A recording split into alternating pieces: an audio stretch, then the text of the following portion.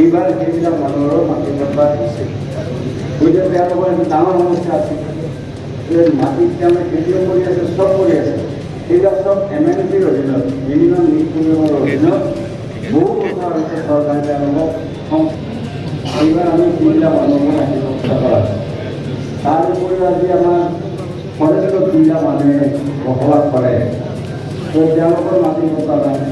গতিকে আমি এইবাৰ আমাৰ ফৰেষ্ট ৰাইট ৰিভিজন এক্ট 2006 সেইখন মতে আমি ফৰেষ্টৰ মানুহক মাটি পট্টা দিব পাৰিম।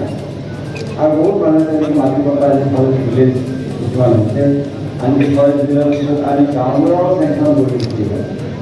গতিকে ফৰেষ্ট ভিলেজবিলাকতো আমি তাত যিসকল ভিলেজীয়া মানুহ বসবাস কৰি আছে তেওঁলোকক মাটি পট্টা দিয়া হয়।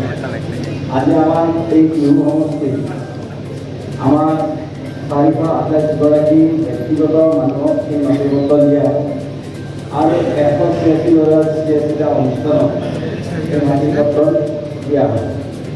গতিকে ইয়াৰ পৰৱৰ্তী ভাস্কৰ শৰ্মাই কৈছে আমাৰ মধুৰ মণ্ডল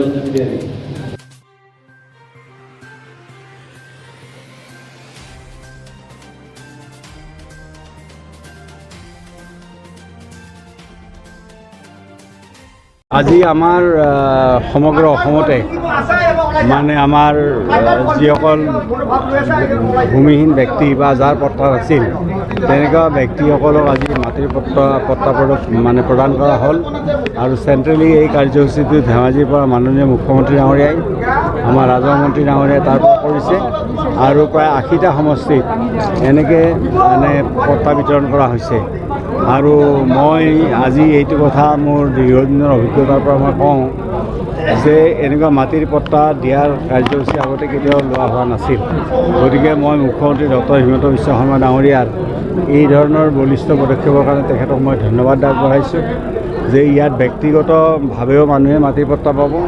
আৰু তাৰোপৰি আমাৰ কিছুমান অনুষ্ঠান আছে যিবিলাক স্কুল মন্দিৰ এনেকুৱা যিখিনি আছে, তো তেনেকুৱা ধৰণৰ বহুতৰ মাটিৰ পট্টা নাছিল। গতিকে এতিয়া সেই অনুষ্ঠানবিলাক মাটিৰ পট্টা আজি প্ৰদান কৰা হৈছে, ব্যক্তিগতভাৱে প্ৰদান কৰা হৈছে।